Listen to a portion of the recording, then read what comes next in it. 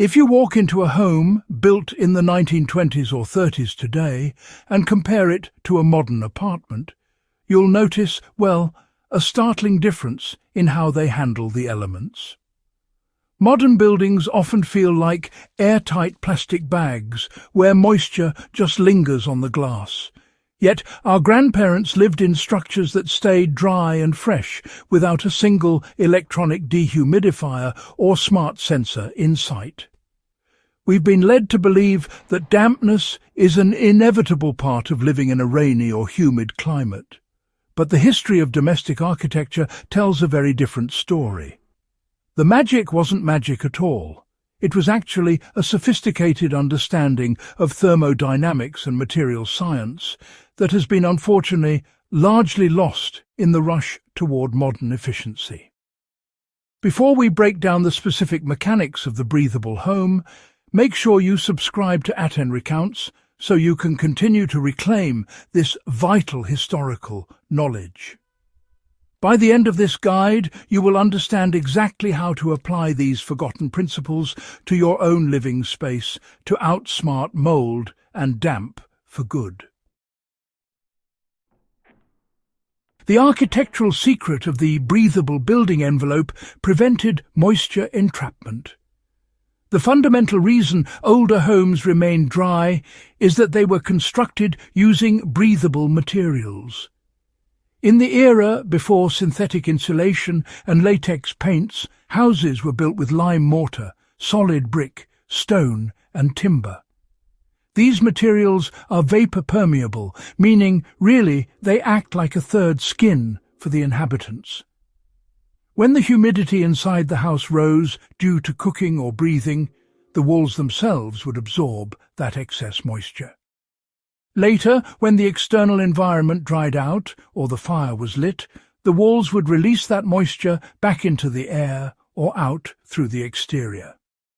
Modern homes use vapor barriers and plastic-based paints that act as a dam, trapping water against the cold surface of the wall, where it inevitably turns into mold. To apply this today, one should avoid tanking or sealing old masonry with modern waterproof coatings. Instead, use mineral-based silicates or lime washes that allow the masonry to regulate its own water content. Passive ventilation through the stack effect provided constant air renewal. In a traditional home, the chimney was the heart of the ventilation system, functioning even when a fire wasn't lit. Because warm air is less dense than cold air, it naturally rises. The tall vertical column of a chimney creates a constant upward draft, known as the stack effect. As air escaped through the roof, it created a slight negative pressure that pulled fresh, dry air through the gaps in window sashes and floorboards. This wasn't a drafty house in the negative sense. It was a continuous, low-velocity air exchange that prevented stagnant pockets of damp air from forming in corners. You can simulate this historical airflow today by utilizing cross-ventilation. By opening a small window on the ground floor and another on the highest floor of your home, you create a natural siphon that clears out humid air much more effectively than a mechanical fan. The discipline of morning airing out replaced heavy indoor humidity. Our ancestors viewed airing the house as a mandatory daily chore, as essential as making the bed. Every morning, regardless of the temperature outside, the windows would be thrown wide open for a brief period. This was timed perfectly to exploit the cold-dry exchange. Because cold winter air actually holds very little moisture compared to warm indoor air, opening the windows for just 10 minutes would replace the moisture-laden air from the night with dry, fresh air. Crucially, they would then close the windows and let the thermal mass of the house, the heavy bricks and furniture, warm that new dry air back up. In modern times, we often leave a window cracked all day, which actually cools down the wall surfaces and causes more condensation. The historical lesson here is to flush the air quickly and then seal the heat back in.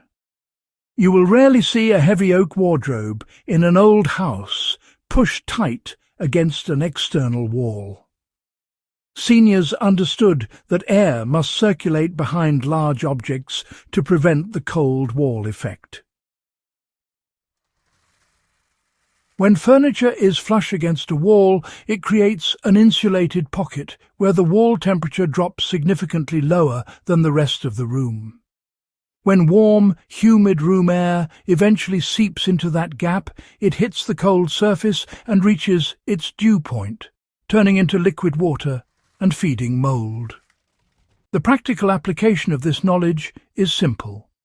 Always maintain a 2-inch gap between your furniture and any wall that faces the outside.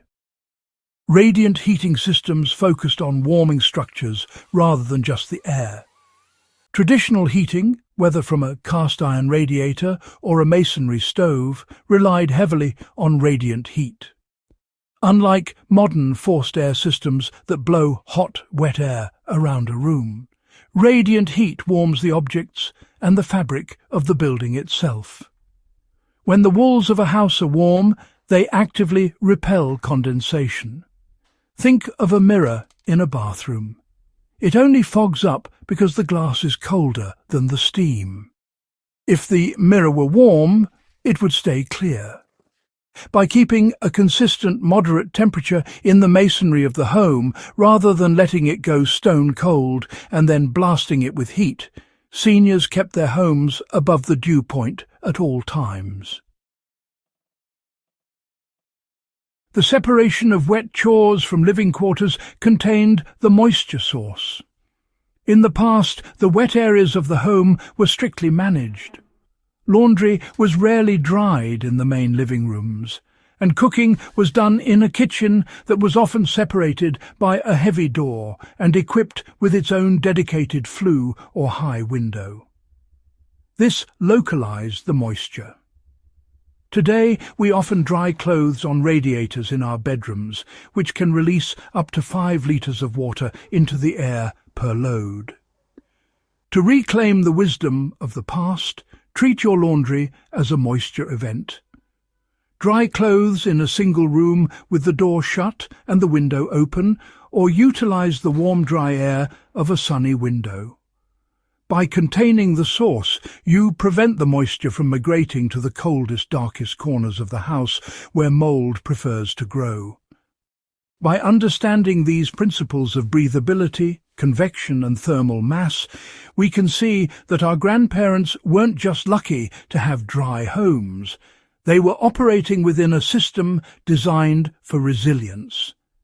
These methods are low-cost, effective, and require no electricity, making them the ultimate toolkit for any modern history enthusiast or survivalist.